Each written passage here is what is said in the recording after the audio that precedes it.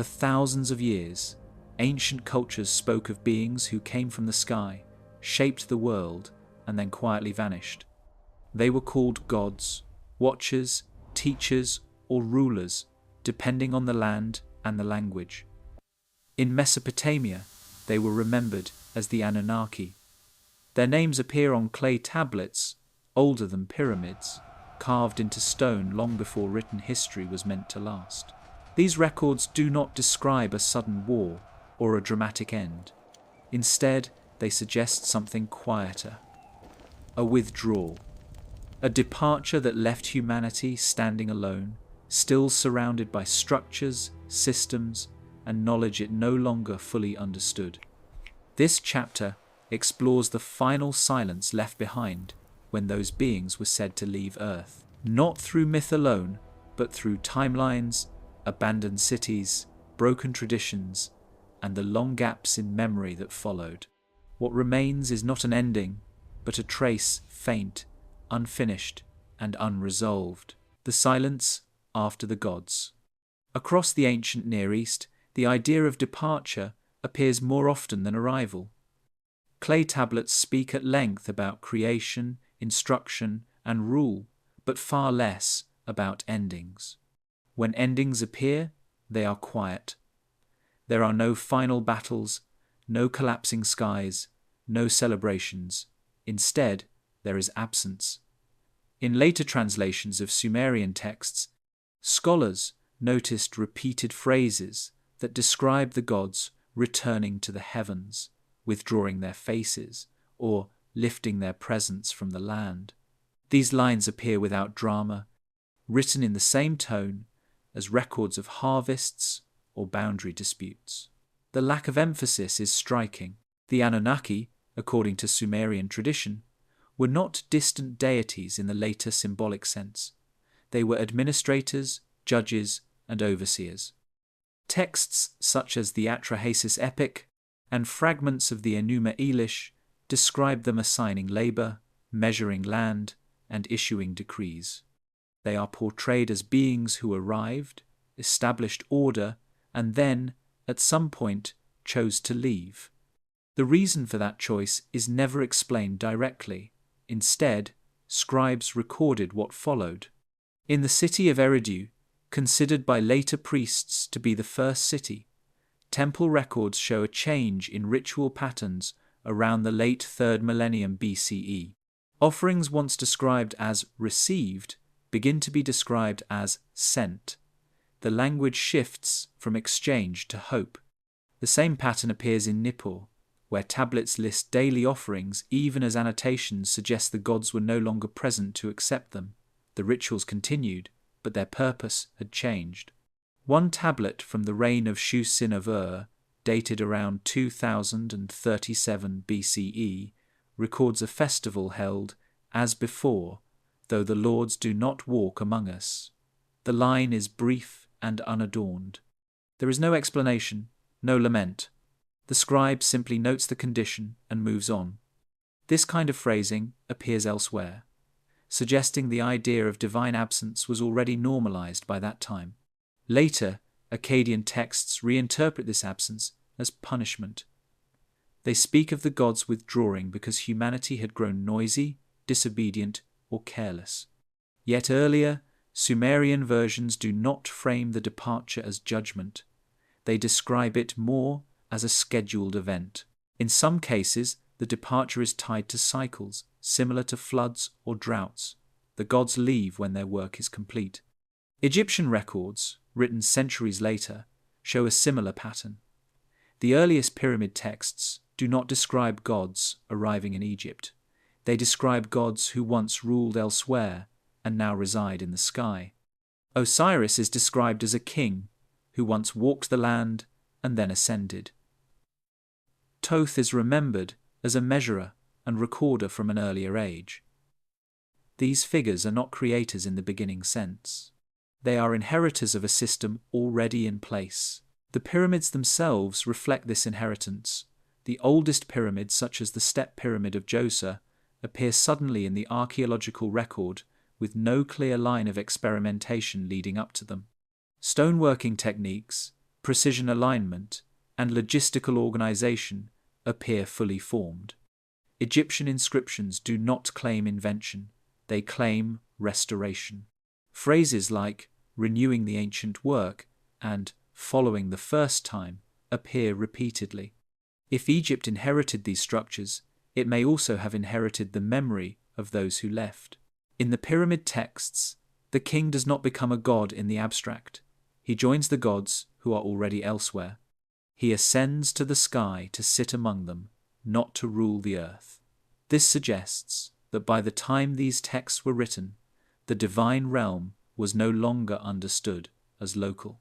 The departure narrative continues in later cultures. In the Hebrew Bible, God walks with Adam, speaks directly to Moses, and appears physically in early stories. Over time, this presence becomes more distant. By the time of the prophets, God speaks through intermediaries.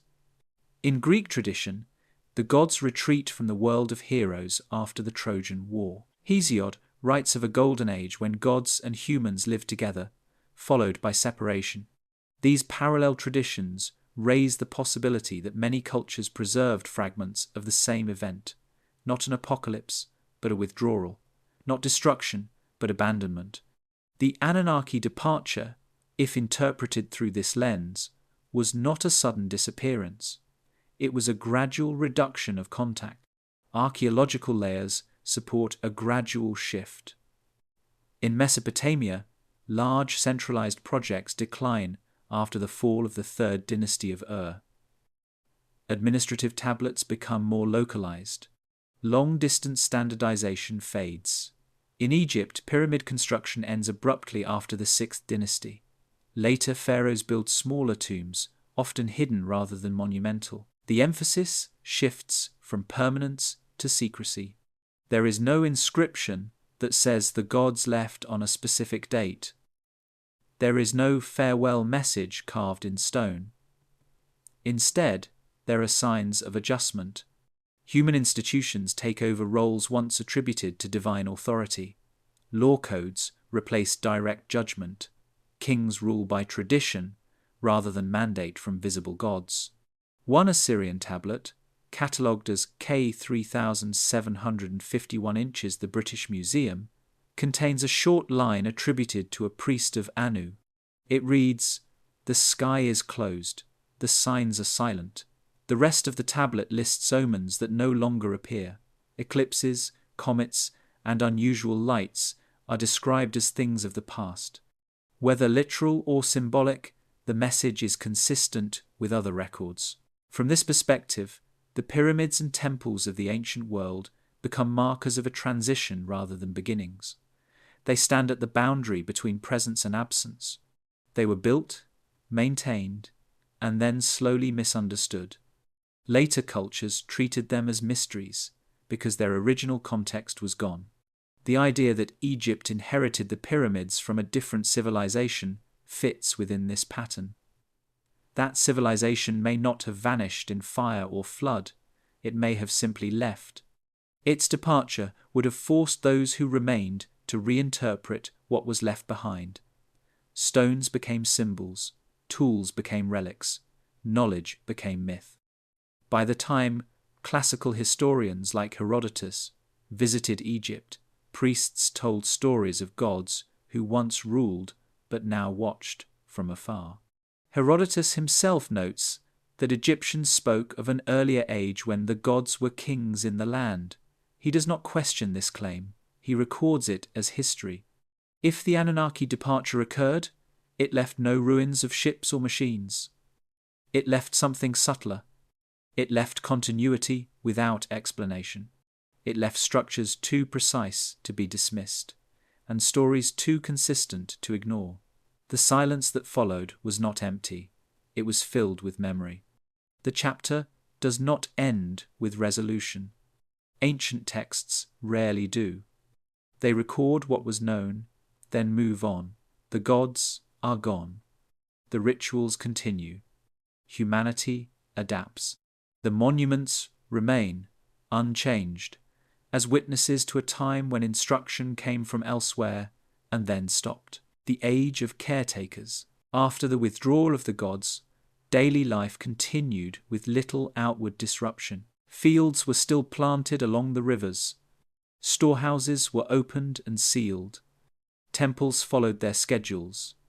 What changed was the source of certainty. Instructions once attributed to visible authorities were now followed because they had always been followed. This shift marks a long interval in early history that can be described as an age of caretakers. In Mesopotamia, tablets from the early 2nd millennium BCE show this transition clearly. Earlier records describe officials acting by the word of Enlil, or according to the command of Anu. Later documents shorten these phrases or omit them entirely. Duties are described as obligations to the city, the household, or the crown. The actions themselves remain the same.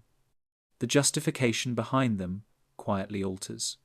Ziggurats continued to dominate city centres. At maintenance logs record the replacement of bricks, the clearing of drains, and the repainting of ceremonial spaces. These records are practical, not devotional. They do not mention divine appearances. They focus on preservation. One tablet lists repairs performed so the structure remains as it was set down. No explanation of who set it down is provided. In Egypt, the same pattern emerges after the Old Kingdom. Pyramid construction stops, but temple activity increases. Walls are filled with copied inscriptions, many already centuries old when they were carved. Priests become custodians of inherited knowledge. Their role shifts from mediating between gods and people to safeguarding procedures whose origins were no longer accessible. Royal authority changes as well. Early Egyptian kings are described as acting with the gods beside them. Later kings emphasize descent. Their legitimacy rests on continuity rather than presence. Titles increasingly reference ancestors and past reigns. The king becomes a link in a chain instead of a point of contact. Caretaker societies tend to preserve complexity longer than they understand it. This can be seen in construction methods. In Egypt, later stonework reuses older foundations. Blocks are smaller. Joints are less precise. Alignments drift by small but measurable degrees. Builders follow existing lines instead of establishing new ones. The form survives. The method thins. In Mesopotamia, canal systems show similar behavior. Early canals were engineered with long-term flow control in mind. Later extensions are simpler and less durable. Maintenance replaces innovation. When a canal collapses, it is patched rather than redesigned. The original logic remains embedded, even as its reasoning fades. Astronomical records reflect the same caretaker pattern. Early star lists track movements across long cycles with numerical precision. Later records preserve the names but simplify the data. Stars become symbolic markers rather than measurements. What was once instruction becomes story. The sky is still watched, but not in the same way. Caretaking also reshapes ritual. When function is unclear, repetition takes priority. In Egypt, funerary spells are copied word for word for hundreds of years. Changes are avoided. The concern is accuracy, not understanding. A spell works because it has always been used. Meaning is secondary to fidelity. Sumerian literature reflects a growing emphasis on inevitability. Earlier texts describe gods making decisions, arguing, and revising outcomes. Later texts speak of fate as fixed. This shift mirrors the loss of active guidance. Fate replaces instruction. What cannot be altered no longer needs explanation. The Epic of Gilgamesh preserves this transition. Gilgamesh does not receive new laws or technologies. He is told stories of what once was. Utnapishtim does not offer a return to divine closeness. He describes a boundary that has already closed. Knowledge becomes historical rather than practical. Egyptian sources show similar restraint. Later, religious texts focus on protection and endurance. They describe the afterlife as a continuation of established order, not a reunion with living gods. The emphasis is on stability. Change is treated as a risk. Caretakers also reinterpret what they inherit. Tools become symbols. Structures become sacred rather than functional. A platform once used for observation becomes an altar. A corridor designed for access becomes a processional path, meaning fills gaps left by lost context. This process does not require deliberate invention. It happens gradually. Each generation inherits systems that still work, even if the reason they work is unclear. Over time, explanation shifts from technical to symbolic. The system survives because it is useful. Its story changes because its origin is gone. In many regions, this period coincides with a decline in large-scale coordination. After the fall of the Third Dynasty of Ur, standardized administration weakens. Local authorities gain influence. Records become less uniform. The broad framework remains, but control fragments. Egypt shows a parallel change. After the Sixth Dynasty, central authority loosens. Provincial governors gain power. Tombs become regional rather than monumental. The focus turns inward.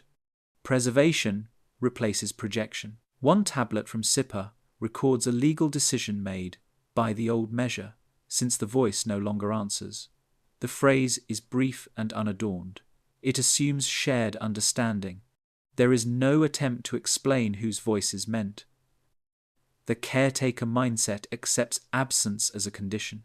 Across cultures, this interval reshapes memory. Stories of gods walking among humans are preserved, but placed firmly in the past. Contact becomes something that happened once. The present is defined by maintenance rather than instruction.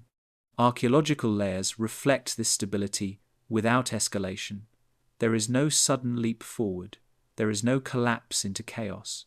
Skills are conserved, then slowly diluted. When new innovations appear, they tend to simplify rather than expand. Priesthoods gain influence during this time because they control continuity. They decide which texts are copied, which rituals are preserved, which measurements are considered correct. Kings rely on them to legitimize rule in the absence of direct divine authority. The age of caretakers is marked by responsibility rather than discovery. Humanity manages systems it did not design.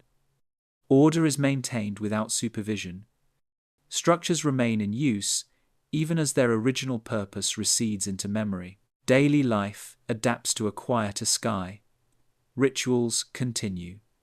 Monuments stand. Records accumulate.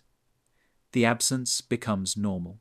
What remains is inheritance, carefully maintained, even as understanding thins with each generation. Monuments without makers. Across the ancient world, stone structures remained long after their builders were no longer remembered. These monuments did not decay quickly. They endured floods, political collapse, and changes in language. Later societies encountered them as fixed features of the landscape, already old, already finished. Records describe maintenance, reuse, and reverence, but rarely construction. The makers had passed out of living memory. In Egypt, the pyramids were already ancient by the time the New Kingdom began. Inscriptions from the reign of Thutmose IV refer to the Great Sphinx as a relic of a distant past. The dream stele does not name its builder. It describes restoration, not creation. Sand is cleared away. Offerings are renewed. The monument itself is treated as something inherited, not explained. Herodotus, writing in the 5th century BCE, records multiple and conflicting accounts of pyramid construction. He notes that priests disagreed on details and relied on stories rather than records. His confusion reflects a deeper loss. By his time, no continuous tradition connected the structures to a known origin. the pyramids existed without context. In Mesopotamia, similar gaps appear. Ziggurats dominate city ruins, yet early Akkadian and Assyrian texts often describe them as works of former kings or ancient ones. Names are missing, dates are vague, repairs are recorded in detail, but initial construction is not. A ziggurat is something to be climbed, repaired, and revered, not something to be newly designed. This absence of makers appears even in cultures that valued record keeping. Sumerian scribes documented grain deliveries, labor quotas, and legal disputes with precision. When it came to monumental origins, silence prevails. This suggests the knowledge was already gone when writing became common. Later, builders approached these structures with caution. In Egypt, new temples were often aligned to older ones, even when the orientation no longer matched practical needs. Builders followed existing axes rather than recalculating alignments. The old lines were treated as authoritative. Deviating from them carried risk. Stone reuse reflects the same mindset. Blocks taken from older structures were incorporated into new ones without modification. Their size and shape dictated design choices. This constrained later architecture, but preserved fragments of earlier work. Reuse replaced replication. Some monuments were deliberately sealed. In Egypt, certain chambers were blocked and left inaccessible. Later priests recorded their existence but did not enter them. These spaces were treated as complete and closed. The assumption was not that they were empty, but that they belonged to another time. In the Andes, later Inca builders encountered massive stone platforms at sites like Sacsayhuaman and Ollantaytambo. They added walls and terraces, but did not attempt to recreate the original stonework. Spanish chroniclers noted that the Inca attributed these foundations to earlier beings, sometimes described as giants or ancestors from before the sun. This pattern appears wherever ancient stone survives. In Malta, megalithic temples predate recorded history. Later inhabitants reused the sites without knowing who built them. In India, ancient cave temples were expanded by successive cultures who left inscriptions describing donation and repair, not origin. Monuments without makers create a specific kind of memory. They anchor the past without narrating it. People adapt their beliefs around them. Myths form to explain presence without process. Gods, giants, or lost ages fill the gap left by missing builders. Language used to describe these monuments reflects this uncertainty. Terms like first time before the kings and age of the ancestors appear repeatedly. They define a boundary rather than a period. What lies beyond that boundary is not described in detail. In Egypt, the phrase Zep Tepi, often translated as the first time, refers to a foundational era when order was established. Texts describe gods laying out land, setting measurements, and establishing rule. Human kings follow this pattern but do not claim to have begun it. The monuments are associated with that earlier ordering. Measurements preserved in later periods hint at inherited precision. The royal cubit remains consistent across centuries. Alignments to cardinal directions persist, even when methods for achieving them are unclear. The results are maintained. The process is not recorded. Later societies also avoided altering these monuments significantly. Additions were made nearby or on top, but the core structures were respected. This suggests a belief that the original builders possessed authority beyond that of later rulers. To change their work would be to challenge that authority. This attitude extends into religious practice. Temples built near older monuments often incorporate them into ritual routes. Pilgrimages pass by ancient stones. Offerings are placed where no deity is clearly named. The monument itself becomes the focus. In Mesopotamia, some ziggurats were described as linking heaven and earth. Later priests continued this symbolism, even as the original rationale faded.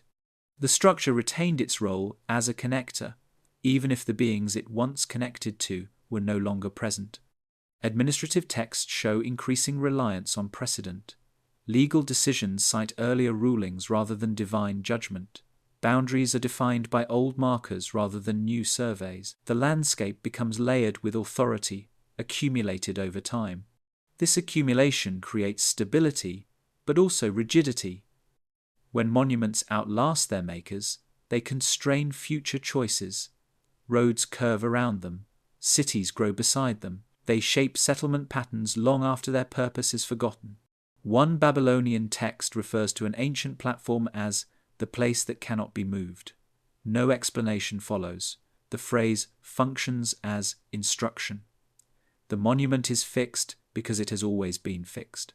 Across cultures, these structures become reference points rather than projects. They are no longer sites of innovation. They are benchmarks. Their existence defines what is possible, even if their creation cannot be repeated. Archaeology reveals no widespread attempts to match the scale or precision of these early works. Later achievements are impressive, but different in character. They rely more on repetition than on initial calculation. This suggests a shift from design to maintenance. Monuments without makers thus represent a transition. They belong to a phase when construction was possible and understood, followed by a long period of stewardship. The gap between these phases is not marked by collapse, but by quiet forgetting. The stones remain in place, names fade, stories multiply. Each generation approaches the monuments with respect, shaped by distance rather than knowledge. They build around them, not from them. The landscape becomes a record of inheritance. Structures endure without explanation. Their presence influences belief, ritual, and authority. They stand as finished statements from a time that no longer speaks directly, inherited knowledge and fading precision. Across early civilizations, complex systems continued to operate long after the conditions that produced them were no longer present. Measurements remained standardized. Calendars still aligned with seasons. Architecture followed inherited rules. What changed was not the outcome, but the understanding behind it. Precision survived, but its source shifted from knowledge to repetition. In Egypt, the royal cubit provides a clear example. This unit of measurement remained consistent for centuries, fixed at approximately 52.3 centimeters. Cubit rods, recovered from different dynasties, vary by only small margins. Such consistency suggests careful preservation rather than ongoing recalculation. Builders did not redefine the cubit, they copied it. Early construction required knowledge of geometry, leveling, and alignment. The Great Pyramid aligns with true north within a fraction of a degree. Achieving this accuracy requires astronomical observation and repeated verification. Later structures still follow cardinal directions, but their precision declines slightly. The intent remains. The execution shifts. Texts from later periods describe rituals for stretching the cord, a ceremony said to establish temple orientation. The ceremony is symbolic, involving the king and the goddess Seshet. Earlier versions likely encoded practical surveying methods. Later descriptions focus on gesture rather than calculation. The act remains, but the method is obscured. Mesopotamian mathematics shows a similar trajectory. Early tablets demonstrate advanced understanding of fractions, square roots, and geometric ratios. The famous Plimpton 322 tablet lists numerical relationships consistent with right triangles. Later, mathematical texts preserve these tables but do not explain their derivation. Students learn results, not reasoning. Astronomy follows the same pattern. Early star catalogues track heliacal risings with precision. These events were used to regulate agriculture and ritual calendars. Later, lists retain star names and seasonal associations, but observational accuracy declines. Myth replaces measurement. The sky is still referenced, but less rigorously. This shift does not indicate intellectual collapse. It reflects a change in priorities. When systems work reliably, there is little incentive to question them. Repetition becomes safer than experimentation. Over generations, understanding thins without immediate consequence. In Egypt, later priests continued to copy astronomical ceilings onto tombs and temples. Constellations appear in familiar forms, even when their positions no longer match the sky exactly. The images are preserved because they are correct by tradition, not because they are verified anew. Engineering records reveal similar behavior. Water management systems in both Egypt and Mesopotamia required precise gradients. Early canals show careful planning across long distances. Later, repairs focus on maintaining flow rather than optimizing design. When sections fail, they are patched locally. The overall system persists, but efficiency decreases. Stoneworking techniques also change subtly. Early masonry achieves tight joints with minimal mortar. Later stonework relies more heavily on filler materials. The appearance remains impressive, but tolerances widen. Builders work within established forms, adjusting to limitations rather than redefining standards. In many cases, later craftsmen openly acknowledged inheritance. Egyptian inscriptions use phrases such as "according to the writings of the ancestors," or "as it was in the first time." These references appear in technical contexts as well as religious ones. Authority comes from age, not explanation. This reliance on precedent affects innovation. New ideas must fit within existing frameworks. When they do not, they are often rejected. The result is stability coupled with gradual loss of flexibility. Systems remain functional, but fragile. Legal traditions illustrate this clearly. Early law codes invoke divine judgment. Later ones cite earlier rulings. Precedent replaces revelation. This creates consistency, but also limits adaptation. Law becomes cumulative rather than responsive. In Mesopotamia, omen literature expands dramatically during this period. Tablets list thousands of signs and their meanings. These lists are highly structured, but rarely contextualized. The emphasis is on cataloging, not interpretation. Knowledge is stored, not explored. The same pattern appears in medicine. Early texts combine observation with ritual. Later compilations preserve remedies without explaining their origin. Treatments are applied because they are written, not because they are understood. Some work by chance, others persist out of habit. Architectural plans from later periods often replicate earlier layouts, even when environmental conditions differ. Temples are rebuilt on old footprints, despite flooding risks or seismic changes. The inherited plan carries authority that outweighs practicality. This adherence to inherited knowledge creates a narrowing corridor of possibility. Within it, societies function effectively. Outside it, experimentation declines. Over time, the gap between what is done and why it is done widens. Writers of the time rarely comment on this gap. They assume continuity. Loss is not perceived as loss because memory stretches back only so far. What lies beyond that horizon is not missing. It is simply unknown. Some texts hint at awareness. A Babylonian astronomical diary notes that certain stars no longer appear as before. The statement is recorded without analysis. The change is acknowledged, not resolved. Observation continues within limits. In Egypt, later temple inscriptions emphasize preservation of Ma'at, the principle of order. Ma'at is upheld through balance and repetition. Innovation threatens balance. Preservation becomes a moral duty. This moral framing reinforces technical stagnation. To alter inherited systems is not merely risky, it is improper. Correct action is defined as faithful repetition. The cumulative effect is a slow drift. Precision fades not because skill disappears overnight, but because recalibration stops. Measurements remain close enough.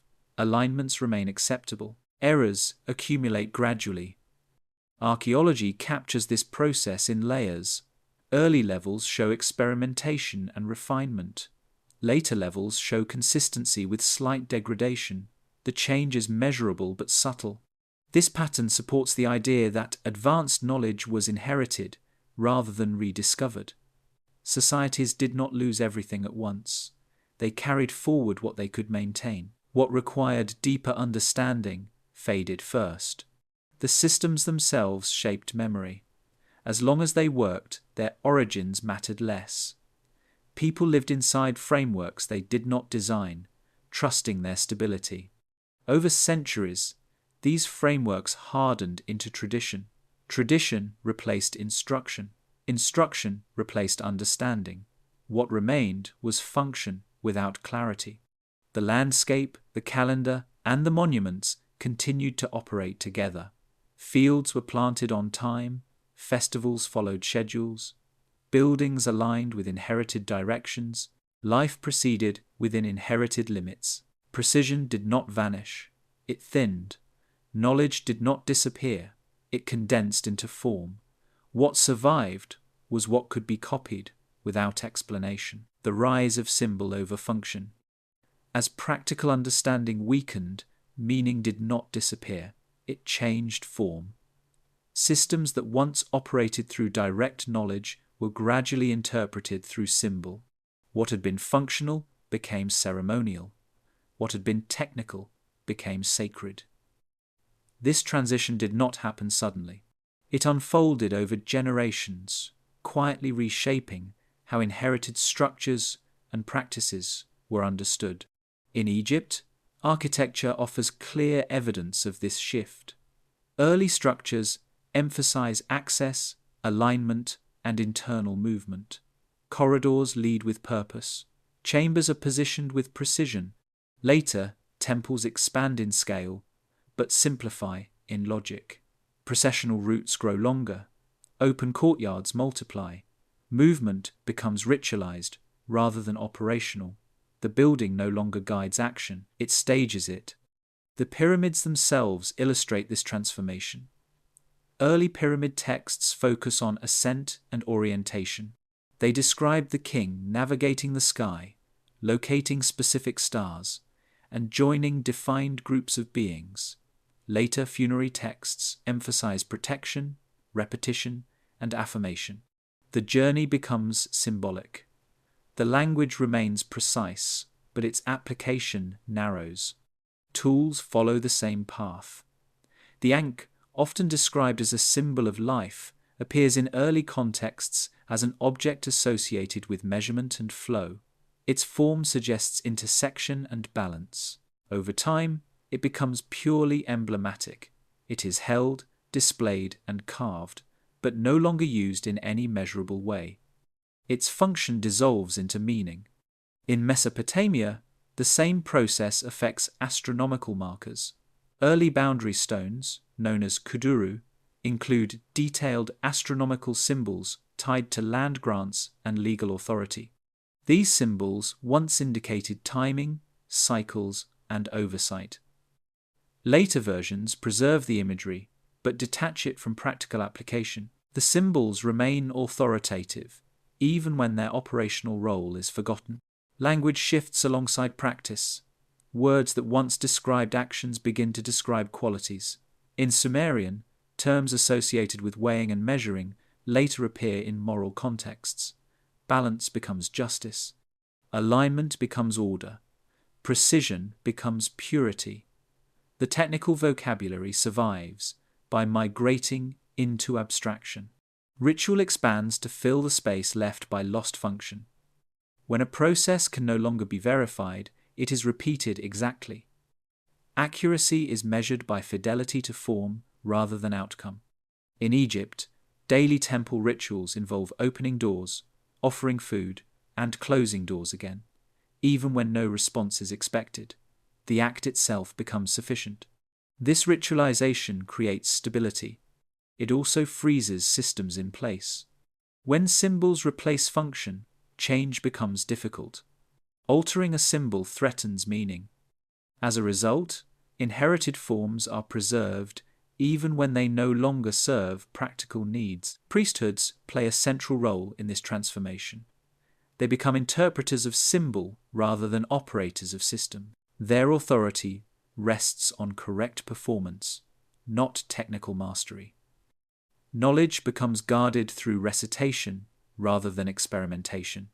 In later Egyptian texts, gods are described less as instructors and more as ideals. They embody concepts rather than actions. Thoth becomes wisdom itself rather than a recorder. Seshat becomes order rather than measurement. The divine shifts from procedural to conceptual. Mesopotamian traditions show a similar development. Early gods issue commands and solve problems. Later gods represent domains. Storms, harvests, and fate are personified. Interaction becomes indirect. Prayer replaces dialogue. This symbolic layering also affects memory of the past. When function is lost, origin stories multiply. Myths explain why a structure exists, not how it was made. Giants, gods, or ancestral beings become placeholders for missing processes. These stories do not aim to deceive, they aim to preserve coherence. A world filled with unexplained structures demands narrative. Symbol provides continuity when explanation is unavailable. Over time, symbols accumulate additional meaning. A tool becomes a sign becomes a moral lesson becomes identity. The original object recedes behind layers of interpretation. Archaeology captures this shift in use-wear patterns. Objects once handled regularly show wear consistent with function. Later versions show wear consistent with display. Amulets replace instruments. Models replace machines. In some cases, symbolic use preserves fragments of original knowledge. Ritual calendars still track seasons accurately. Temple alignments still follow celestial events. The symbol remains tethered to reality, even as explanation fades. In other cases, the tether breaks. Symbols drift. Constellations are depicted inaccurately. Measurements are copied incorrectly. Errors become canon through repetition. This transformation affects how societies respond to anomalies. When function dominates, anomalies prompt investigation. When symbol dominates, anomalies are absorbed into narrative. An eclipse becomes an omen. A structural failure becomes a sign. The rise of symbol over function also reshapes authority. Those who control symbols control meaning. Meaning, in turn, governs behavior. Technical specialists give way to ritual specialists. The locus of power shifts, yet daily life continues. Fields are planted, festivals are held, structures are maintained. Symbol does not replace reality, it overlays it. People live within systems that still work, even as their original logic is obscured. This overlay creates resilience. It also creates distance from origin. The world becomes interpretable without being fully understood. Stability is maintained through belief rather than recalibration. Across civilizations, this process produces remarkably similar outcomes.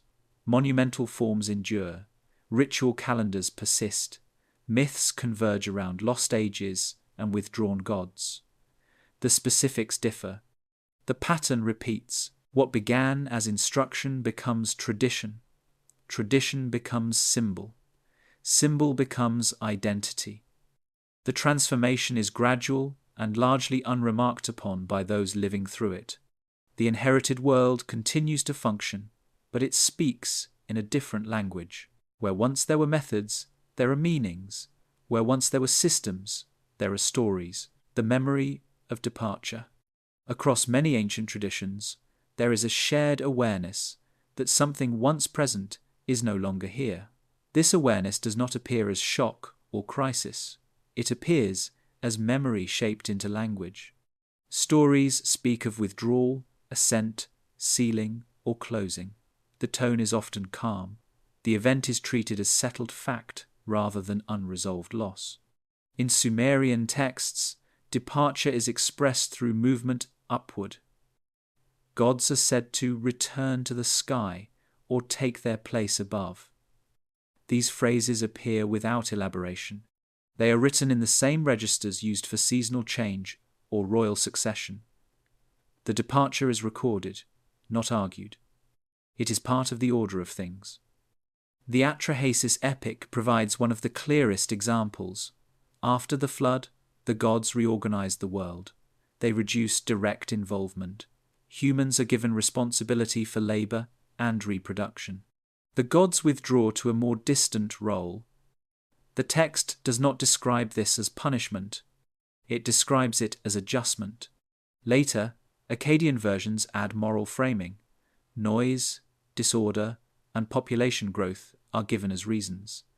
Yet even in these versions, the departure is final. The gods do not threaten to return. They establish distance and maintain it. Egyptian tradition preserves the same memory through kingship myths. Early texts speak of a time when gods ruled directly on earth. This period is placed before the reigns of human kings. The Turing King list begins with divine rulers, then demigods, then humans. The transition is recorded as sequence, not catastrophe. Osiris is remembered as a king who once ruled among people and was later removed from the world of the living. His rule continues elsewhere.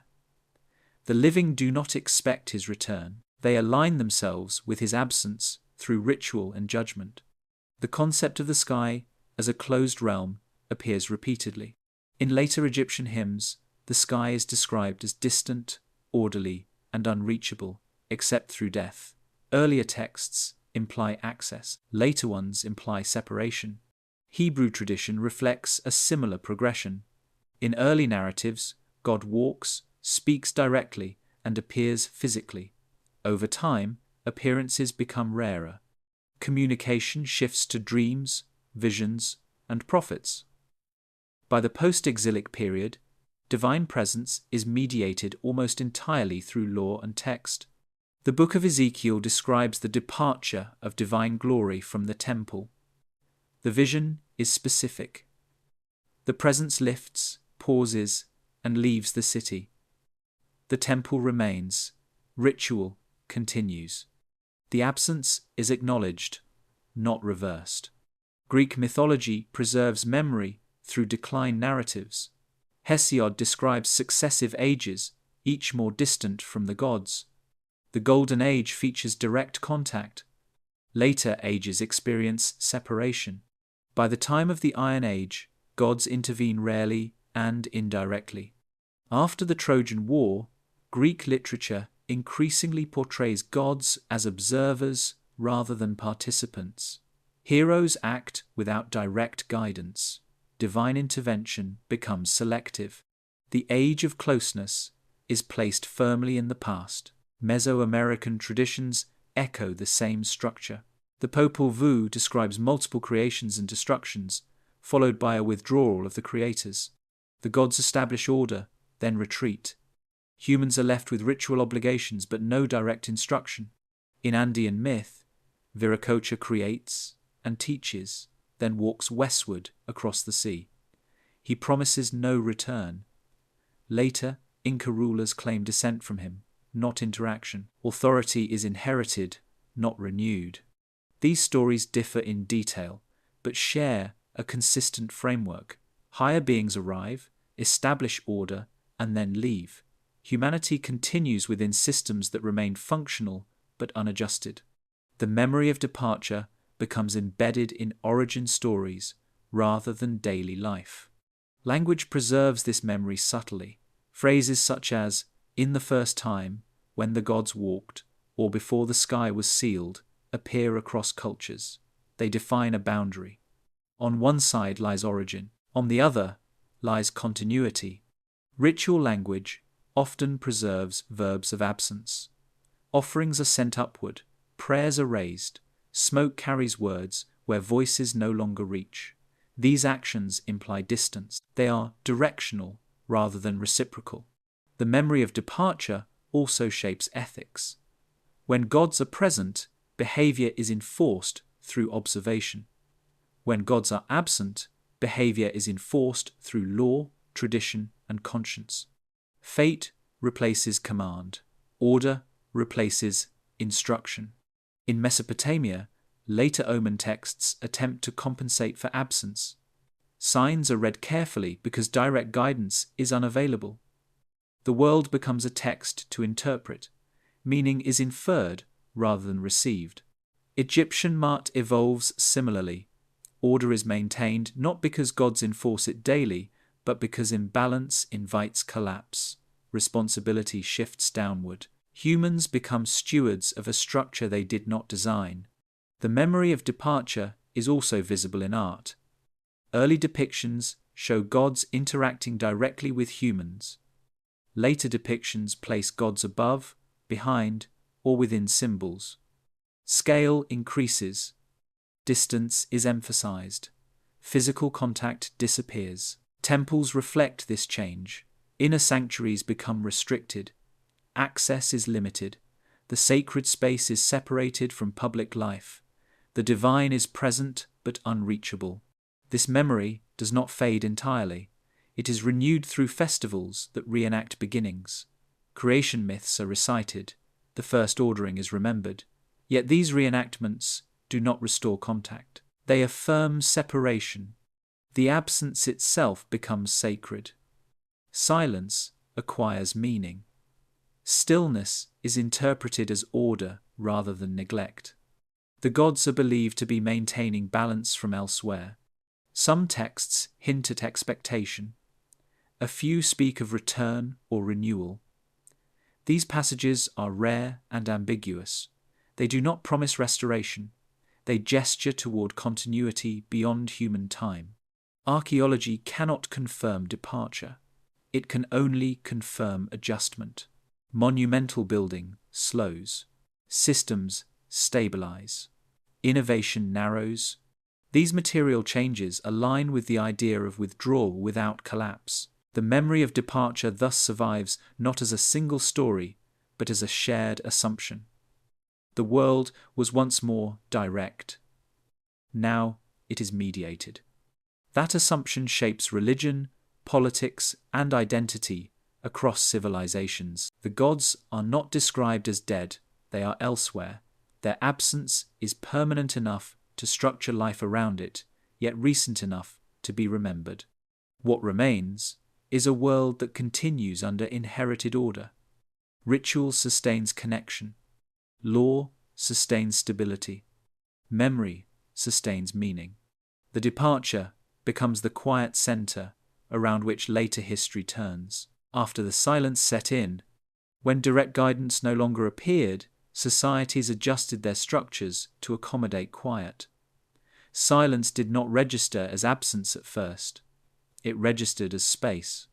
Into that space moved procedure, habit, and layered authority. What had once been response became regulation. What had once been instruction became expectation. In Mesopotamia, this shift can be traced through administrative growth. Archives expand during periods when divine language recedes. More tablets record transactions, inventories, and decisions. These records do not invoke gods as active arbiters. They document human judgment. The increase in writing corresponds with the need to stabilize order without immediate oversight. Law codes illustrate this clearly. The Code of Ur-Nammu, dated to around 2100 BCE, opens with divine sanction but proceeds with human penalties. By the time of Hammurabi, the god Shamash is depicted handing down law, yet the enforcement mechanisms are entirely bureaucratic. The image of divine origin remains. The system operates independently. In Egypt, silence reshapes ritual timing. Early temple rituals emphasize moments of appearance and descent. Later rituals emphasize cycles. Dawn, noon, and dusk become fixed points. The repetition itself carries meaning. Correct timing replaces expectation of response. Priests assume greater responsibility during this period. Their role expands from intermediary to regulator. They determine calendars, interpret omens, and preserve texts. Their authority does not come from new revelation. It comes from correct maintenance. Silence elevates consistency. Architecture responds accordingly. Sacred spaces become more enclosed. Sanctuaries retreat deeper within temple complexes. Access narrows. Silence is managed through separation. The fewer who enter, the easier it is to preserve order. Processions grow longer and more formal. Movement replaces dialogue. The act of carrying an image or reciting a text becomes the interaction. Sound is controlled. Speech is limited. Silence is shaped rather than avoided. Daily life absorbs this structure. Markets open and close on fixed schedules. Agricultural cycles align with inherited calendars. Even when climate shifts occur, the calendar remains. Adjustment is slow. Continuity is prioritized. In Mesopotamian omen texts, silence becomes readable. The absence of a sign is recorded alongside its presence. A tablet may note that an eclipse did not occur. The lack itself carries meaning. Silence becomes data. Egyptian texts reflect similar reasoning. Hymns describe the gods as maintaining order invisibly. Stillness is framed as balance. Change is framed as disturbance. Silence reassures rather than alarms. This reinterpretation affects leadership. Kings no longer claim to speak with gods daily. They claim to uphold order. Their role is corrective, not communicative. They repair temples, restore boundaries, and reenact rituals. Authority is demonstrated through maintenance. Ceremonial language becomes formalized, variations decrease, recitations are memorized precisely, errors are corrected, the goal is preservation, not expression. Silence encourages uniformity. In some regions, silence encourages speculation. Philosophical traditions emerge that question distance and origin. In Greece, thinkers begin to ask whether gods intervene at all. Nature is examined as a system. This inquiry does not replace religion immediately. It coexists with it. Elsewhere, silence reinforces tradition.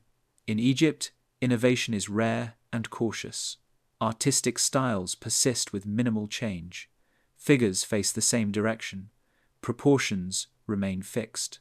The image of order is visually stable. Silence also alters education.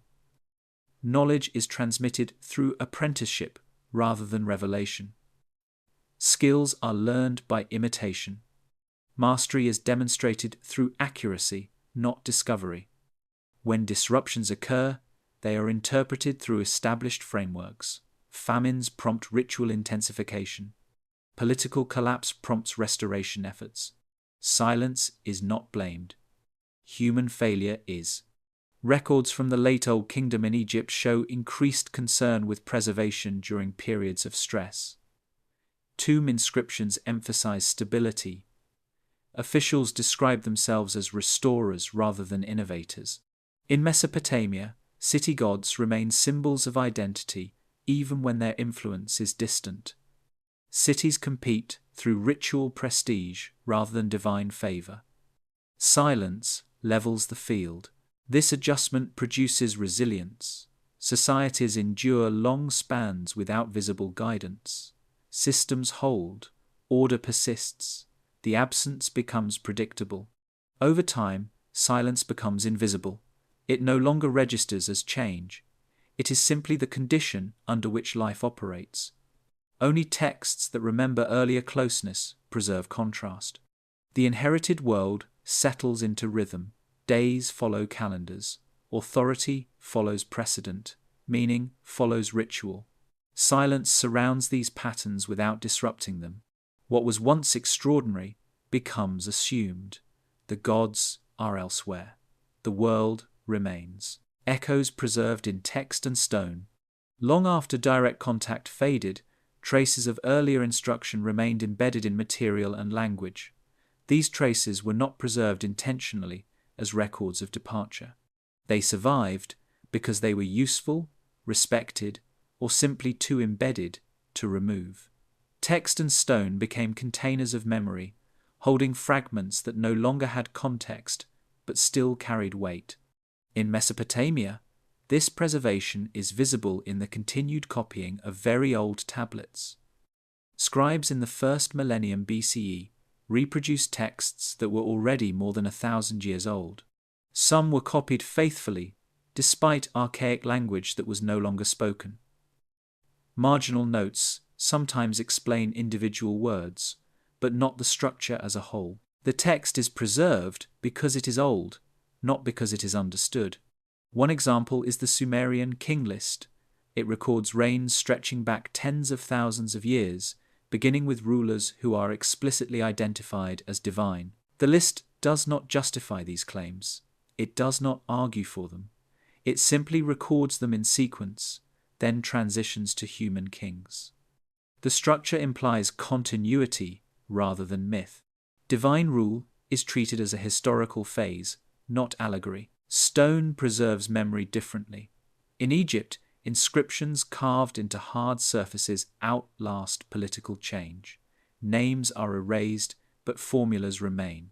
Certain phrases recur across dynasties, with minimal variation. These phrases often reference events or conditions that no longer apply, yet they continue to be carved because they define legitimacy. The phrase, "as it was in the first time," appears repeatedly in temple inscriptions. It is invoked when restoring buildings, re-establishing rituals, or reaffirming authority. The phrase does not describe the first time. It assumes shared recognition. Its power lies in reference rather than explanation. Architectural details also preserve older logic. Hidden chambers, false doors, and sealed corridors appear in structures built centuries apart. Their placement follows patterns established earlier. In some cases, later builders replicate these features even when they serve no clear function. The form persists because it is correct by inheritance. Astronomical alignments offer another layer of preservation.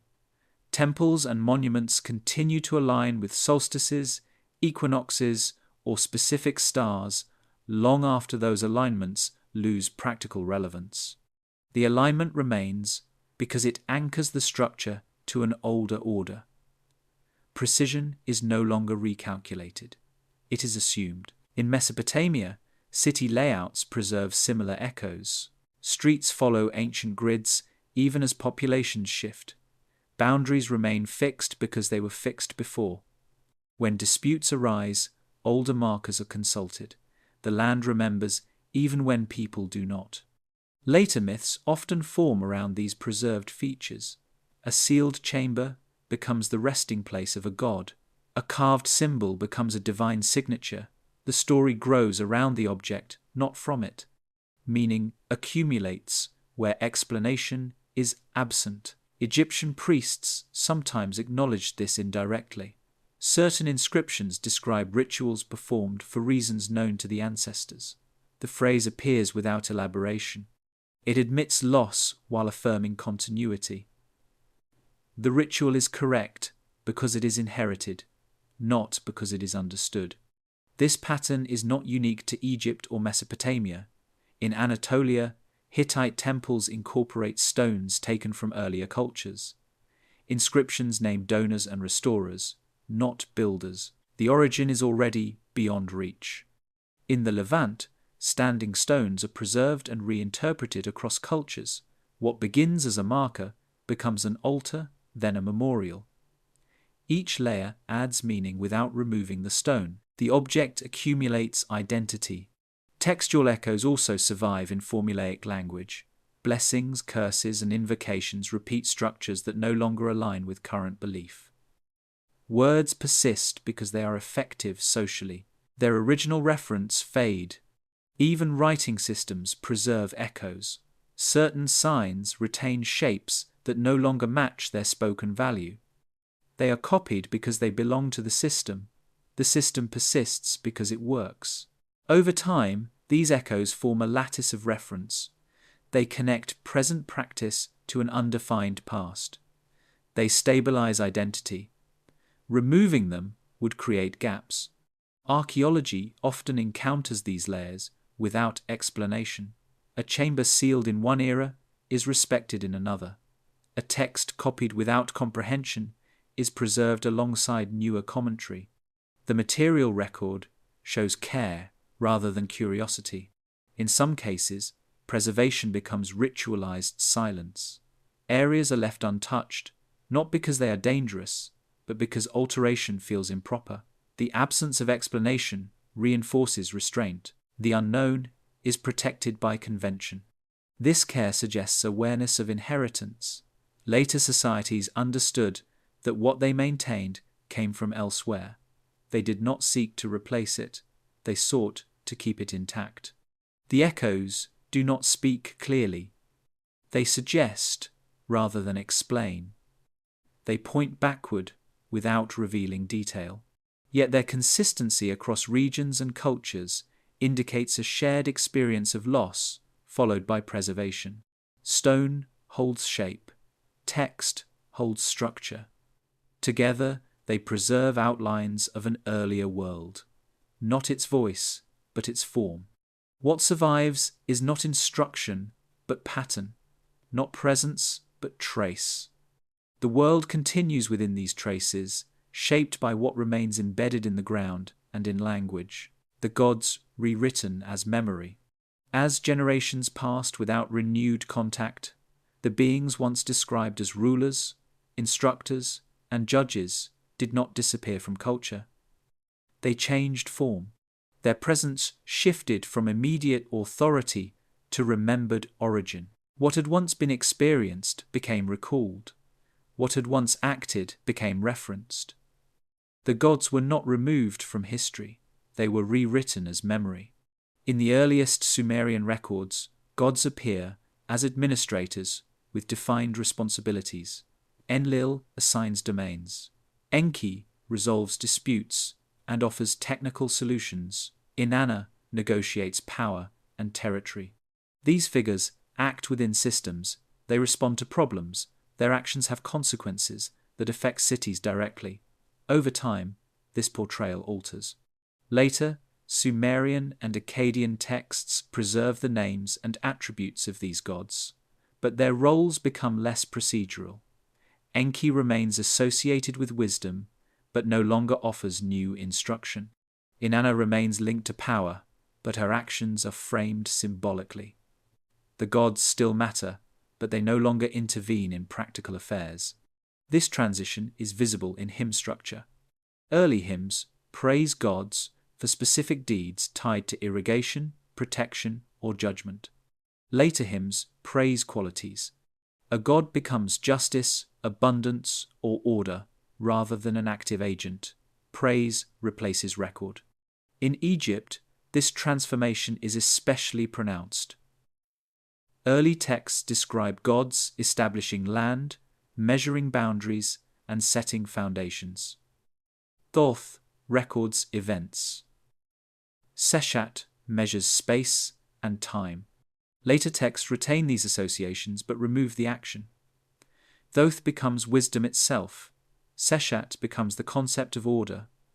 Their tools are depicted, but their use is no longer described. Osiris provides a clear example.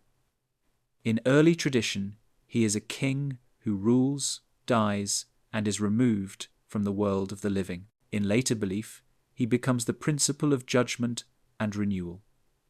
His story is retold annually, not as history, but as moral structure. His rule persists without presence. The process of rewriting occurs gradually. Names remain unchanged. Iconography remains consistent. What shifts is context. Gods move from narrative time into symbolic time. They exist always, but nowhere specific. This shift allows memory to stabilize. A being that no longer appears cannot contradict its symbolic role. Fixed meaning replaces variable action. The gods become reliable references precisely because they no longer intervene. In Mesopotamia, city gods undergo the same transformation. Early on, a city's fortune rises or falls with its god's favor.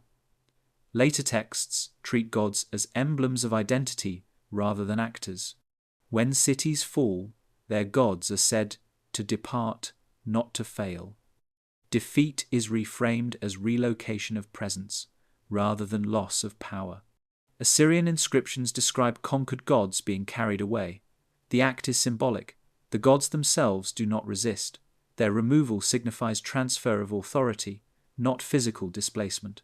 Divine power is abstracted from action into representation. Writing contributes to this abstraction.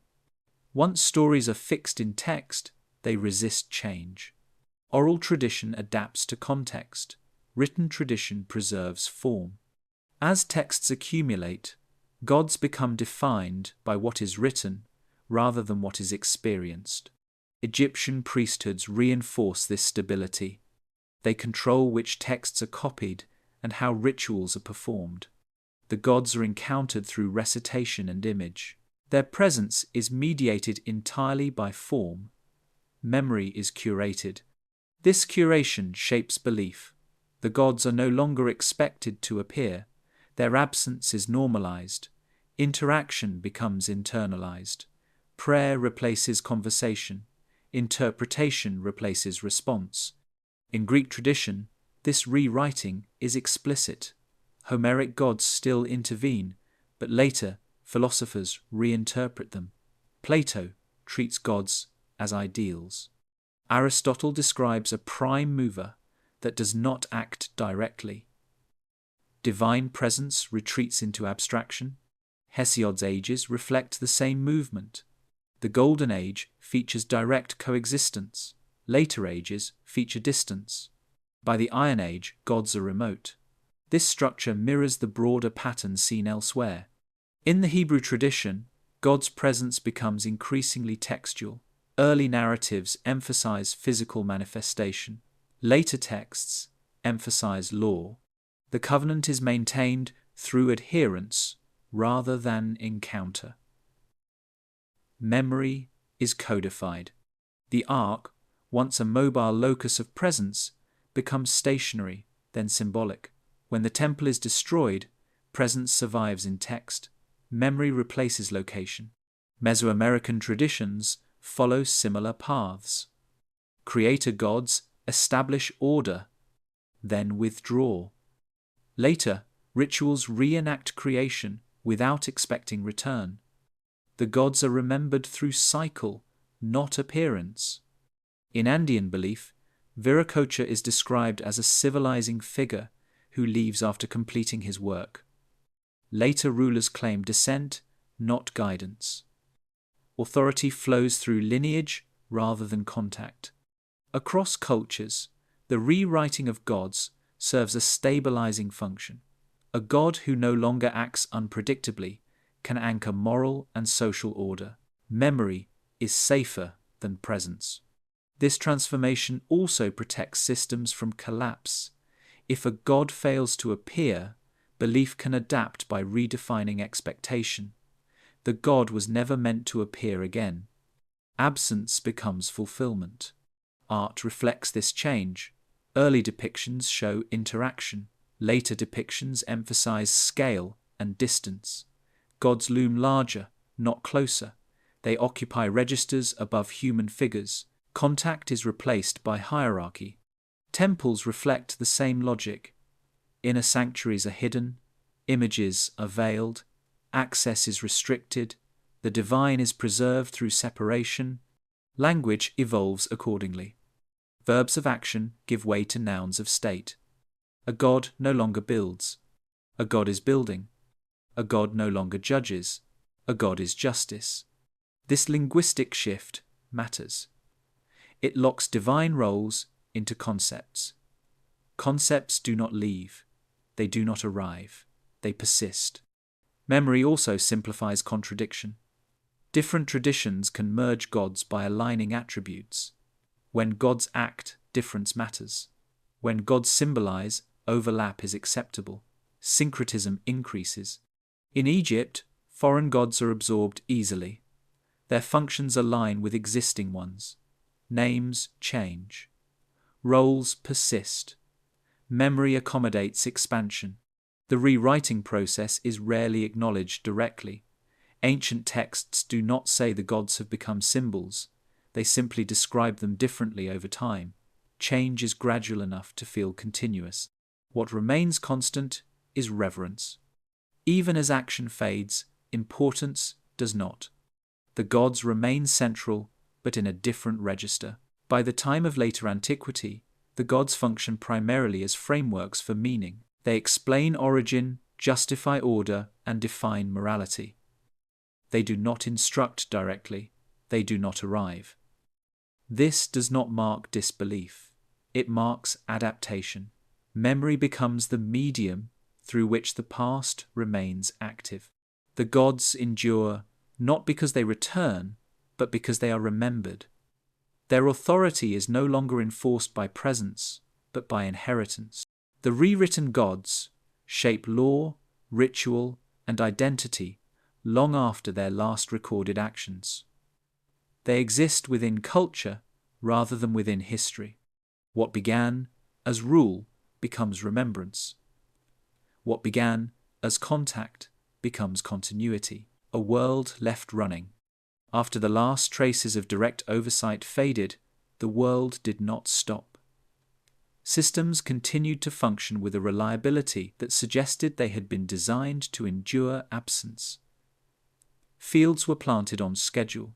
Floods were anticipated, taxes were collected, rituals followed calendars that still matched the seasons closely enough to sustain life. The machinery of civilization kept moving, even as its original architects receded into memory.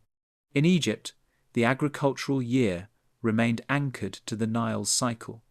The heliacal rising of Sirius still signaled the coming flood.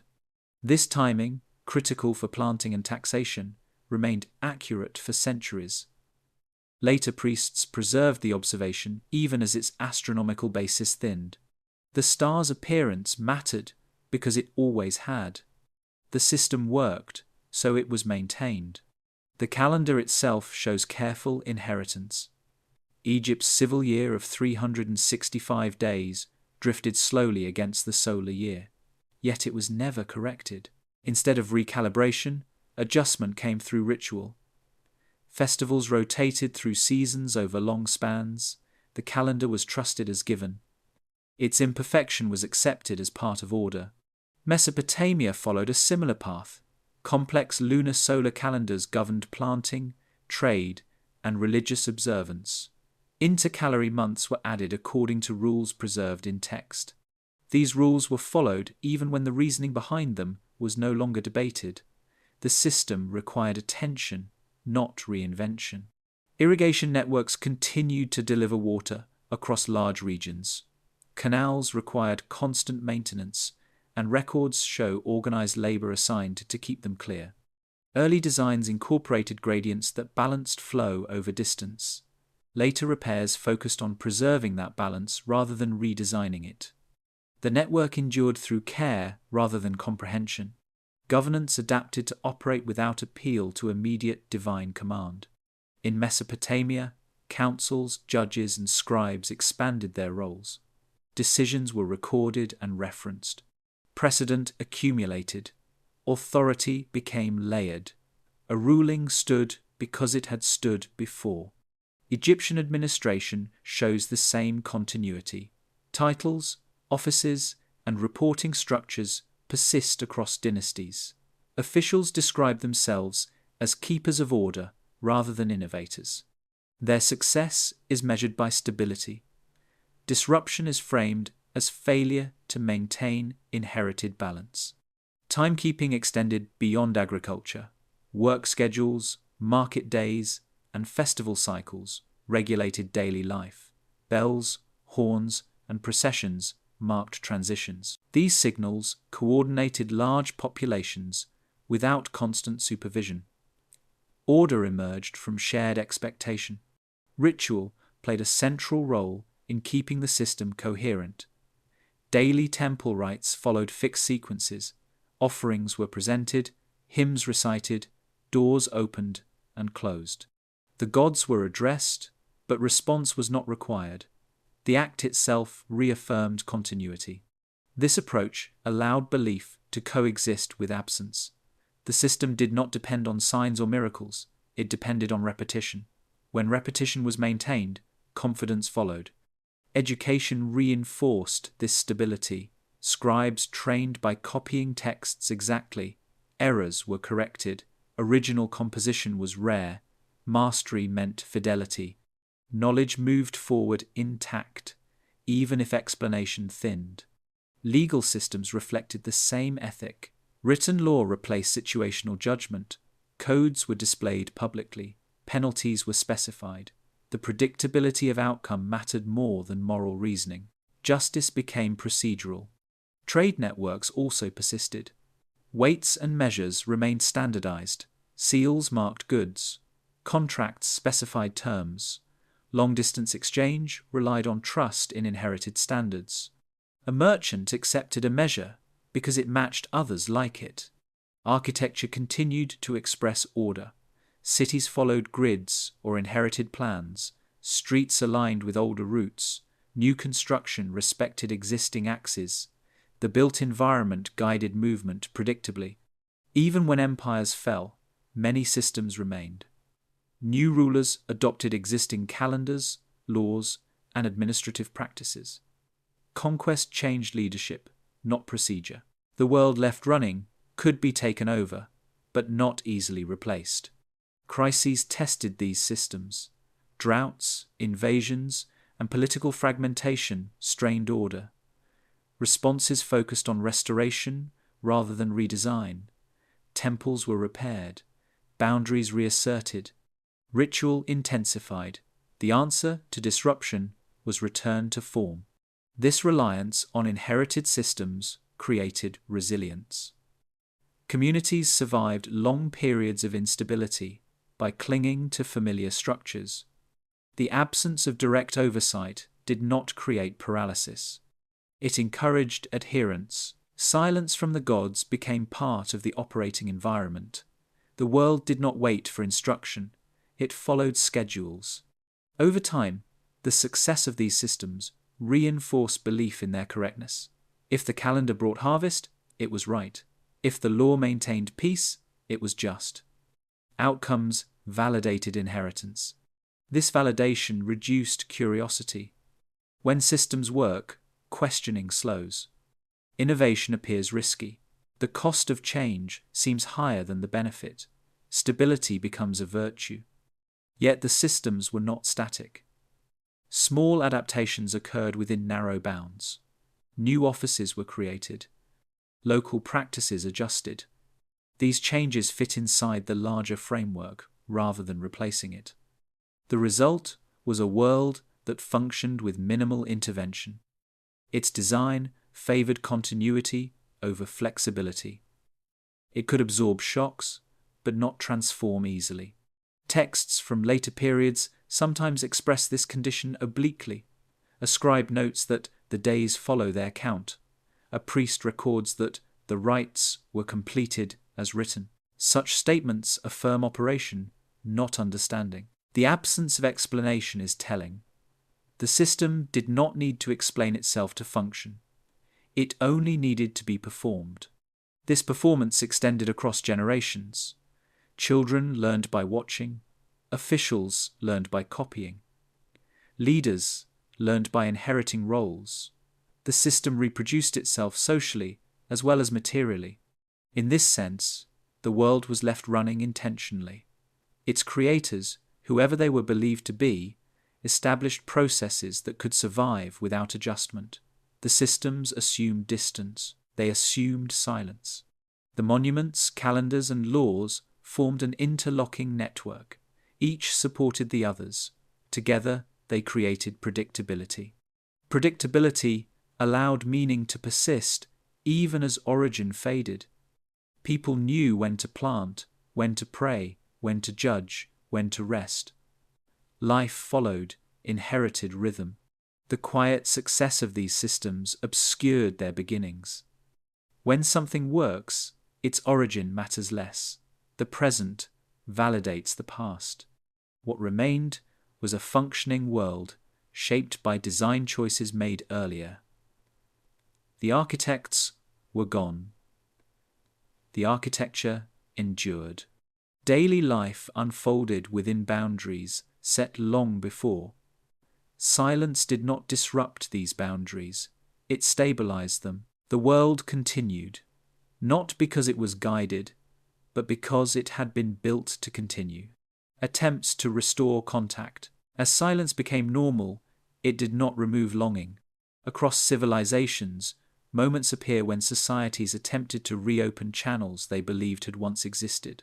These efforts were not constant. They arose during uncertainty, transition, or strain. They took many forms, but shared a single assumption. Contact had once been possible, and might be possible again under the right conditions. In Mesopotamia, this impulse is visible in the expansion of divination practices. Earlier omen reading focused on limited signs tied to agriculture and kingship. Later periods produced vast omen series cataloguing thousands of possibilities. The Enuma Anu Enlil tablets list celestial events with meticulous detail, assigning meaning to eclipses, planetary movements, and atmospheric anomalies. The sheer scale suggests compensation. When direct instruction was absent, signs were multiplied. Diviners did not claim to summon gods. They claimed to read what gods had already written into the world. The sky became a text. Silence was not empty. It was encoded. This approach preserved distance while promising insight. Contact was indirect, mediated through interpretation. Egyptian traditions pursued restoration through ritual intensification. During periods of instability, temple rituals increased in frequency and complexity. Processions became longer, offerings multiplied. Priests adhered more strictly to prescribed words and movements. Precision was believed to attract presence, even if presence no longer appeared. Some Egyptian texts hint at this expectation cautiously. Certain hymns ask the gods to turn their faces again. The phrasing implies prior withdrawal. The request is formal, restrained, and repeated. There is no record of response. The repetition itself becomes the act. Architectural changes reflect similar effort. Temples grow larger and more enclosed. Inner sanctuaries become increasingly restricted. The distance between public space and sacred core widens. Silence is concentrated. If presence were to return, it would do so in controlled space. Altered states appear as another avenue. In many cultures, priests, prophets, or specialists sought visions through fasting, isolation, rhythm, or substances. These practices aimed to bypass ordinary perception. Contact was no longer expected externally. It was pursued internally. In Mesopotamia, dream interpretation expands significantly. Dreams are recorded, classified, and analyzed. They are treated as legitimate channels of communication. A dream does not require physical presence. It preserves distance while allowing message. Egyptian temple sleep rituals follow the same logic. Individuals slept within sacred precincts, hoping for guidance through vision. The god did not appear in daylight. The encounter, if any, occurred within the mind. Hebrew prophetic tradition reflects this shift. Early narratives describe direct encounters. Later prophets receive visions, voices, or symbolic experiences. The language emphasizes mediation. God speaks through dreams, angels, or inner compulsion. Contact remains possible, but filtered. Greek practices show similar adaptation. Oracles, such as Delphi, become central. The god does not speak directly. The priestess enters an altered state, and utters fragmented responses. Interpretation is required. Ambiguity replaces clarity. These methods share restraint. None assume full restoration of former closeness. They operate within acknowledged distance. The goal is not return, but alignment. Technology also plays a role. Instruments once used for measurement gain sacred significance. In Egypt, the sistrum, originally associated with rhythm and timing, becomes ritual tool. Sound is believed to regulate unseen order. Vibration substitutes for presence. In Mesopotamia, sacred numbers and geometries acquire symbolic weight. Ratios are preserved even when calculation fades. Numerical harmony is treated as bridge between worlds. Sacred spaces are constructed to amplify effect. Chambers are designed for echo, darkness, or isolation. Movement is constrained. Sensory input is reduced or intensified. These environments facilitate altered perception. The search for contact also influences narrative. Texts describe figures who achieve partial access. Enoch walks with God. Gilgamesh meets Utnapishtim. These encounters are exceptional and unrepeatable. They confirm distance rather than eliminate it. Such stories set limits. They define who may approach and under what conditions. Ordinary life remains governed by inherited systems. Contact becomes rare and dangerous. Political authority sometimes claims restored connection. Kings present themselves as chosen or inspired. Inscriptions describe dreams, omens, or signs legitimizing rule.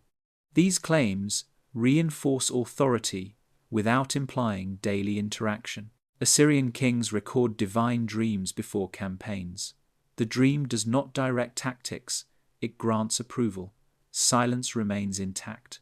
In Egypt, pharaohs emphasize ritual purity and lineage rather than revelation. Their closeness to gods is symbolic. They perform rites, they do not converse. Failures are also recorded.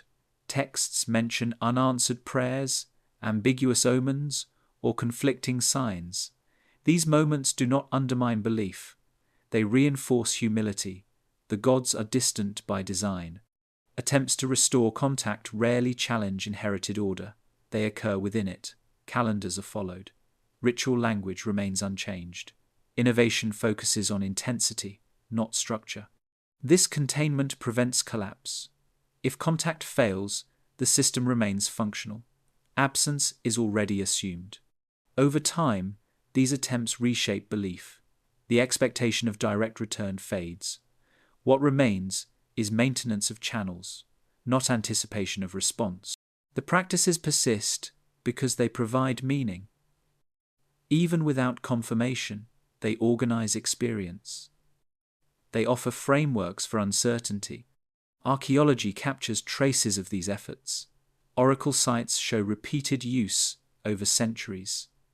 Temple modifications indicate increasing emphasis on inner sanctuaries. Textual corpora grow thicker with interpretive material.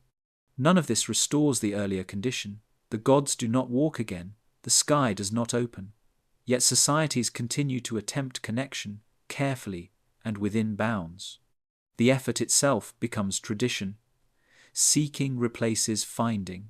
Preparation replaces encounter. Silence accommodates this search. It does not reject it.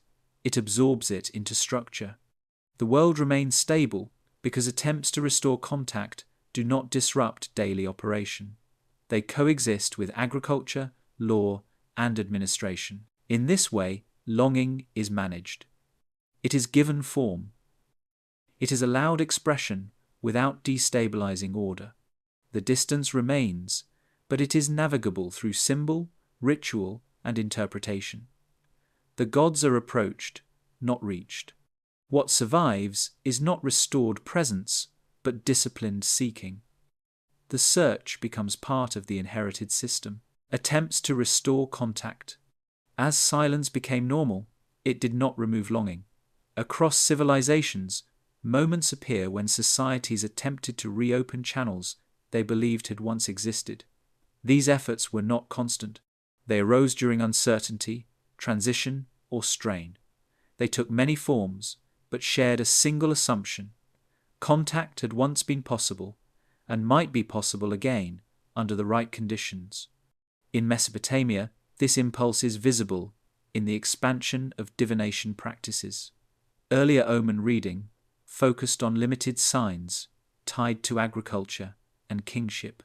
Later periods produced vast omen series cataloguing thousands of possibilities. The Enuma Anu Enlil tablets list celestial events with meticulous detail, assigning meaning to eclipses, planetary movements, and atmospheric anomalies. The sheer scale suggests compensation. When direct instruction was absent, signs were multiplied. Diviners did not claim to summon gods. They claimed to read what gods had already written into the world. The sky became a text. Silence was not empty, it was encoded. This approach preserved distance while promising insight. Contact was indirect, mediated through interpretation. Egyptian traditions pursued restoration through ritual intensification. During periods of instability, temple rituals increased in frequency and complexity. Processions became longer, offerings multiplied, priests adhered more strictly to prescribed words and movements. Precision was believed to attract presence, even if presence no longer appeared. Some Egyptian texts hint at this expectation cautiously. Certain hymns ask the gods to turn their faces again. The phrasing implies prior withdrawal. The request is formal, restrained, and repeated. There is no record of response. The repetition itself becomes the act. Architectural changes reflect similar effort. Temples grow larger and more enclosed. Inner sanctuaries become increasingly restricted. The distance between public space and sacred core widens. Silence is concentrated. If presence were to return, it would do so in controlled space. Altered states appear as another avenue. In many cultures, priests, prophets, or specialists sought visions through fasting, isolation, rhythm, or substances. These practices aimed to bypass ordinary perception. Contact was no longer expected externally, it was pursued internally. In Mesopotamia, dream interpretation expands significantly. Dreams are recorded, classified, and analyzed. They are treated as legitimate channels of communication. A dream does not require physical presence. It preserves distance while allowing message. Egyptian temple sleep rituals follow the same logic. Individuals slept within sacred precincts, hoping for guidance through vision. The god did not appear in daylight. The encounter, if any, occurred within the mind. Hebrew prophetic tradition reflects this shift. Early narratives describe direct encounters. Later, prophets receive visions, voices, or symbolic experiences. The language emphasizes mediation. God speaks through dreams, angels, or inner compulsion. Contact remains possible, but filtered. Greek practices show similar adaptation. Oracles, such as Delphi, become central. The god does not speak directly. The priestess enters an altered state and utters fragmented responses. Interpretation is required. Ambiguity replaces clarity. These methods share restraint. None assume full restoration of former closeness. They operate within acknowledged distance. The goal is not return, but alignment. Technology also plays a role. Instruments once used for measurement gain sacred significance. In Egypt, the sistrum, originally associated with rhythm and timing, becomes ritual tool. Sound is believed to regulate unseen order. Vibration substitutes for presence. In Mesopotamia, sacred numbers and geometries acquire symbolic weight. Ratios are preserved, even when calculation fades. Numerical harmony is treated as bridge between worlds. Sacred spaces are constructed to amplify effect. Chambers are designed for echo, darkness, or isolation. Movement is constrained. Sensory input is reduced or intensified. These environments facilitate altered perception. The search for contact also influences narrative.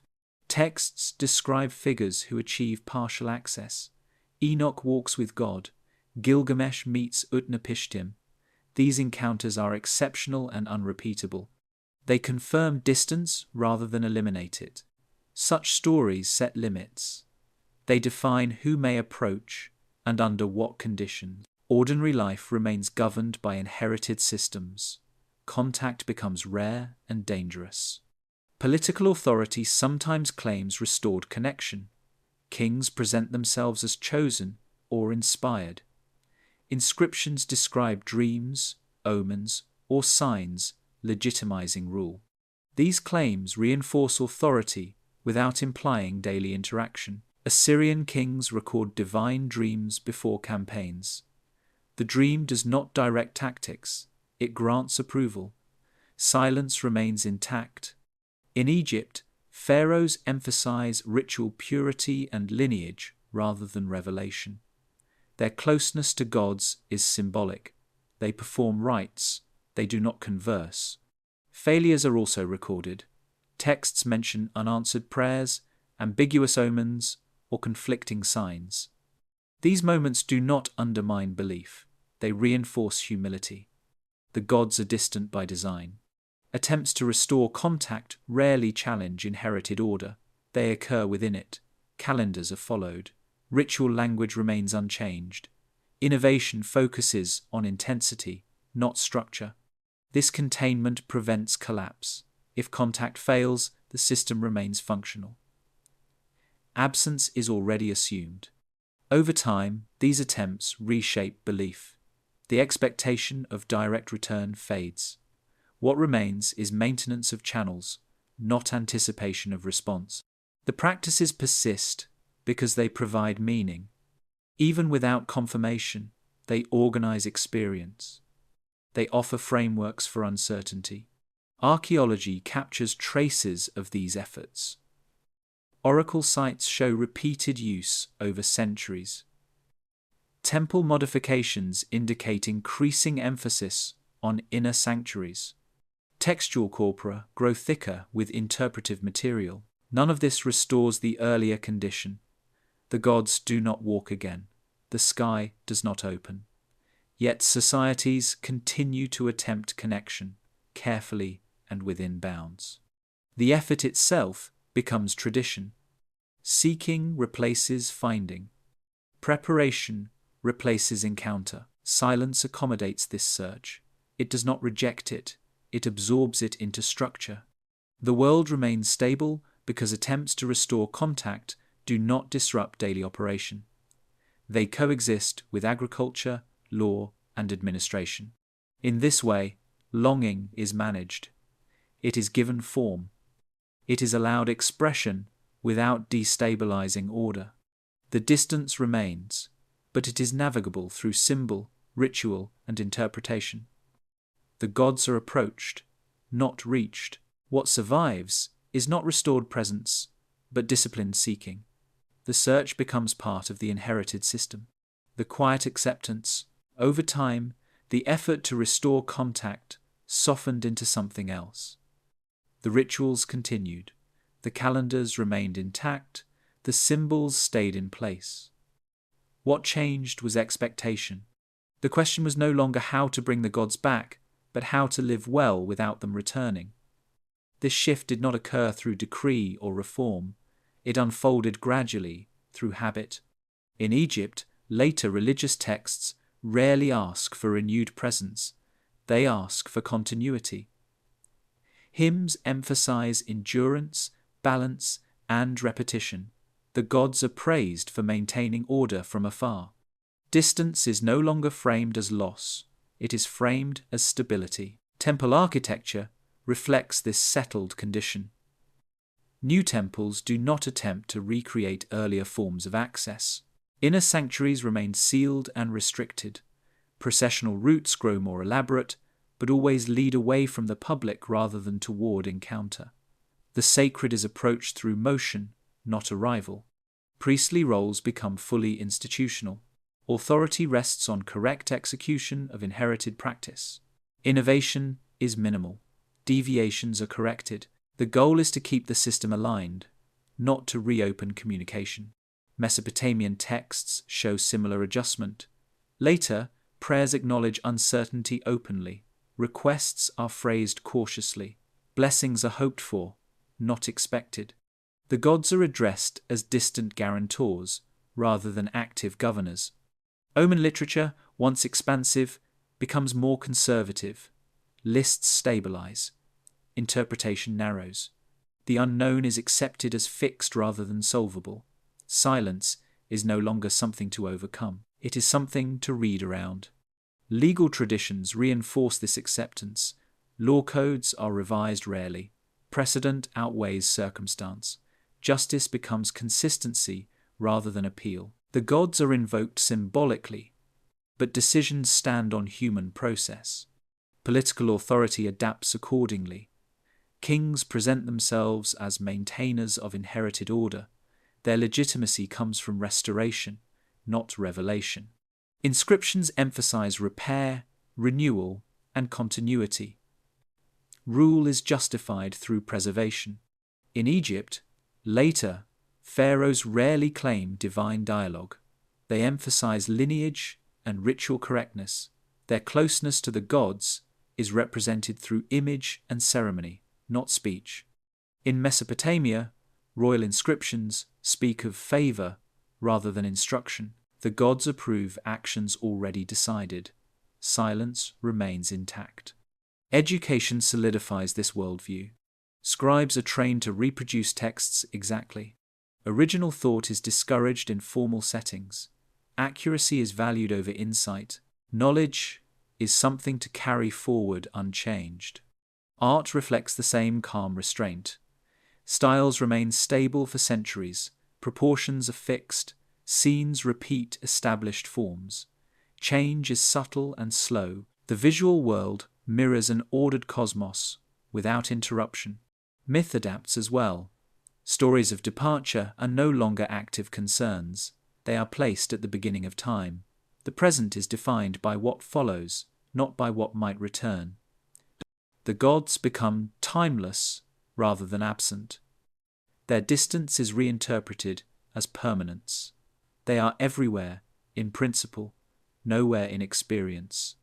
In some traditions, this acceptance produces philosophical inquiry. Greek thinkers explore nature as self-regulating. Divine action is relocated to first cause rather than ongoing intervention. The world is studied as complete. In others, it produces deep ritual conservatism. In Egypt, Ma'at becomes the central value. Balance is upheld through repetition. Stability is moral. The acceptance of distance also reshapes memory. Early closeness becomes idealized. The past is honored, not reclaimed. Festivals reenact creation, but do not expect renewal. The reenactment affirms separation. This acceptance allows societies to endure long spans without upheaval. When absence is normalized, it no longer threatens meaning. Life continues without constant interpretation of silence. Archaeology reflects this settled rhythm. Construction continues at reduced scale. Maintenance replaces expansion. Systems remain functional without escalation. When crises occur, responses focus on restoration. Collapse is addressed by returning to form. Silence is not blamed. Human failure is corrected through renewed adherence. The absence of desperation is notable. Texts do not show widespread anxiety about abandonment. Silence is framed as intentional. The gods are distant because the world is meant to run. This framing stabilizes belief. A world designed to function without oversight does not need constant reassurance. Order proves itself through continuity. By late antiquity, this worldview is deeply embedded. Distance is assumed. Contact is symbolic. Memory replaces presence as the organizing principle. The gods endure as anchors of meaning rather than sources of instruction. Their authority persists because it no longer depends on appearance. The quiet acceptance does not erase longing entirely. It contains it. Longing becomes ritual, philosophy, or art. It no longer disrupts daily life. The inherited world reaches equilibrium. Calendars mark time. Laws govern behavior. Rituals preserve meaning. Monuments stand unchanged. Silence surrounds these structures without weakening them. It becomes part of their design. What remains is a civilization shaped by inheritance rather than guidance. The systems function, the memory endures, the distance holds. The gods do not return. They do not need to. The world continues within the order they left behind. What followed the departure was not collapse overnight, but slow forgetting. Cities continued. Rituals remained. Names were repeated long after their meanings faded. Across generations, stories hardened into myths, and instructions became symbols.